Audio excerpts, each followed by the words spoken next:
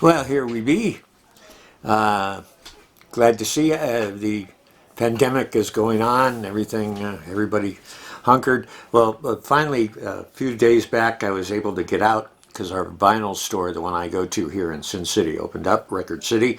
It just Leon, the little fella that's been in there for years, this most friendly, wonderful guy, friend of ours. And we went in and saw him and picked up a few goodies. I'll show some of the special stuff later. I had so much stuff. Got, I think, well over 80 pieces there that I want to take some time and do it in several segments. If you're into vinyl, you'll enjoy maybe watching me do my descriptions here, whether some of it's right or wrong, but I tend to know a little bit about this and that. The other thing is, if you're not into that, see ya. Thanks for stopping by. So, first off, let's look at some of the stuff that we did discover there. And this one, I've always liked these guys, Jan and Dean. This is a live album. Where was it? Oh, at the Tammy Show.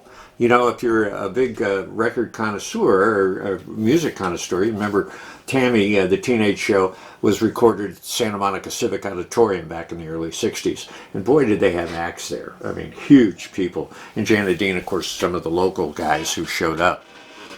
And this, of course, Let the Good Times Roll. It's a big double album with a lot of people. It's on the Bell label. And I believe these were all originals.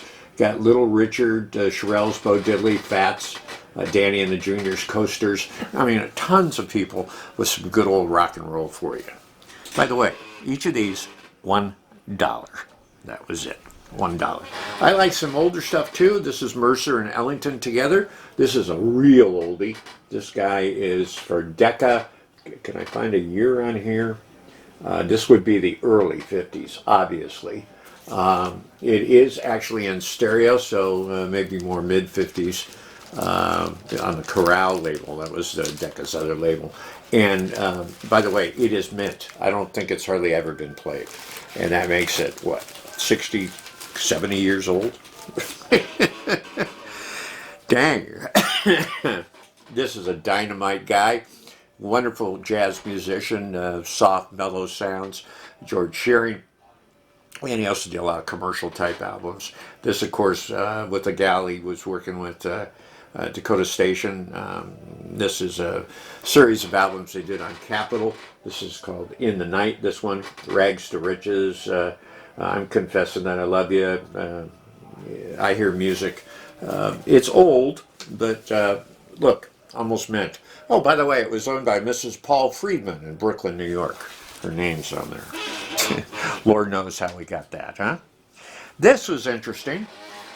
Major and Minor Learn How to Improvise Jazz. It's an album, and there's a book there. And if you're into music and everything, B flat major, C major, F major, shows how to do jazz renditions. And interesting little presentation for $1. $1. This one's pretty cool. Arthur Prysock. God, I loved him. He was a good, deep, rich singer. Really good tunes. This is on Old Town Records. Never heard of them. I don't know who that was a division of, if it was, but this is mint. Brand new. Arthur Prysock. This was from 1974, because it says right there, 74. Wow, what a team here. I used to live less than a mile away from one of these guys, and that would be, can you guess? No, not Doc, but Henry Mancini. I'd ride my bicycle when I was a kid in Northridge, California. If you know the area out by the college there in Northridge. Lindley and Nordhoff, he lived a block or two away from that corner, an area called Sherwood Forest. A lot of upscale people. On that block next to him, right next door was Ed Reimers, the good hand guy, remember, Allstate. Right next door to him was Pat Buttram, drove Nellie Bell to Beach, member of the original Sons of Pioneers. Yes, Roy Rogers fame. And then one block down was Mr. Haney, yes, from Green Acres. So, I mean, you just never knew who was in town. It was the Valley in those days, Showbiz Central. Anyway, this interesting album, Mancini and Doc together, Brass on Ivory, mint. $1, Record Factory. I shouldn't be telling you where this is, everybody's going to go down there. He was cleaning all this stuff up, and I was one of the first guys to get in there after 2 months and find all this good stuff.